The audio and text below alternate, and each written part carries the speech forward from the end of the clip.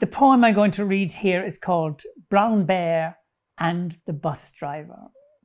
And I was doing an event one evening in Dublin a couple of years ago, and when it finished, it was too late to take the train home, and I stayed over. And next morning, I went down to Euston Station to get the train back to Mayo, but I had a bit of time in my hands, so I wandered up to the Phoenix Park for a walk. And what did I meet coming towards me but a big brown bear with his hands in his pockets, and he was wearing a little hat.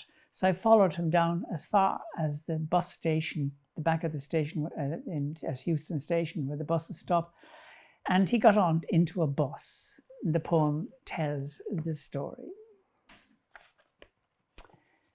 When a man left a public house in Belmullet with a big brown bear as companion, nobody batted an eyelid.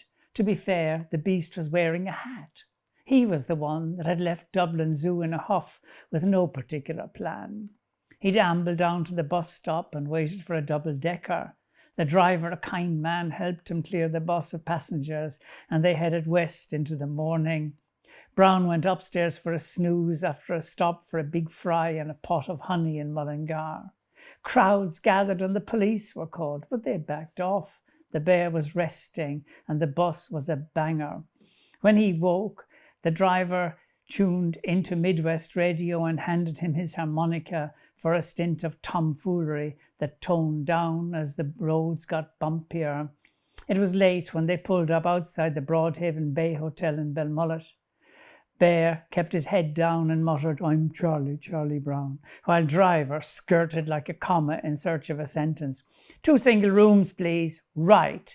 Need any help with bags?" "No, we're fine, travelling light." "Right.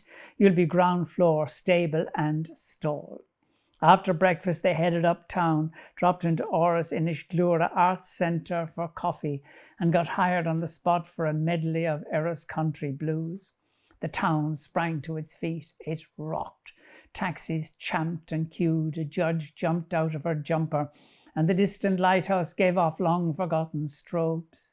Late next morning, with the wild sea settled and the bus touched up in stripes of red and green, they tuned their chords and hit off on a tour of townland and town as far-flung as Ballina, where they sold their story to the Western people and the bus to the tourist board. Job done. Driver left for Dublin. He was thirsty and returned to the familiar. Brown headed for the Pyrenees. He'd heard the bear population was in need of attention.